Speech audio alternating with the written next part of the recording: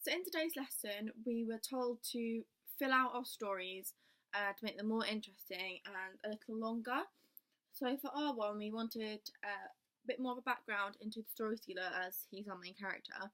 So I had the idea of making sort of a video instead of doing like flashback, which might be confusing for the kids. So my idea was that we have this video of when the story stealer was younger and what he was like, and having his mother read him nice stories and him being a happy child, and then it changing, going through and showing that his mum told him a really horrible story one day, and then that made him hate stories and started stealing them so that nobody else had to read them. And my thoughts for this were, when we ask Harry, who's the wizard, oh, you know, what happened to the story stealer, he says, I'll show you. And the film comes on, maybe the lighting goes down, like it's almost like a story time, so it relaxes the kids, so it's a moment for them to sit down, gather their thoughts, and refocus.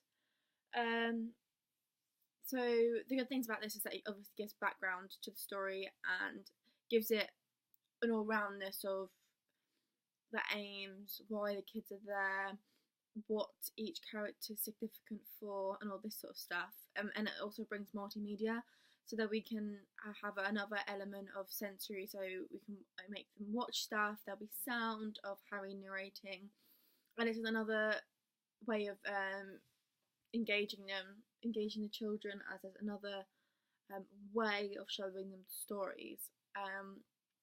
The movie's going to be silent, and I think this is effective because we don't have to worry about sound levels, and it can be sort of a very fun, overacted video with then Harry narrating over the top. So this is what happened, this is what happened.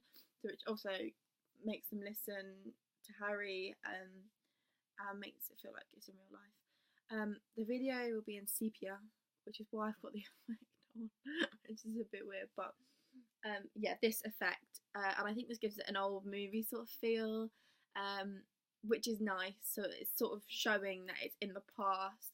Sort of, I think kids will recognise that this sort of darker wash over the movie will show them that, okay, this is old. So yeah. So to start off with, I created a storyboard, and it looks like this. I'll post a picture below so you can see. But I thought this is a really good way of starting out because it made sure that we have a plan and that we could get it all done.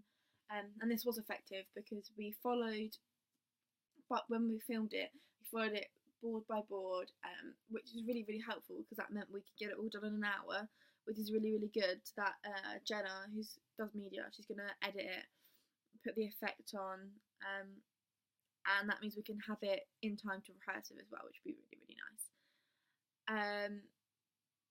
So yeah, that's that.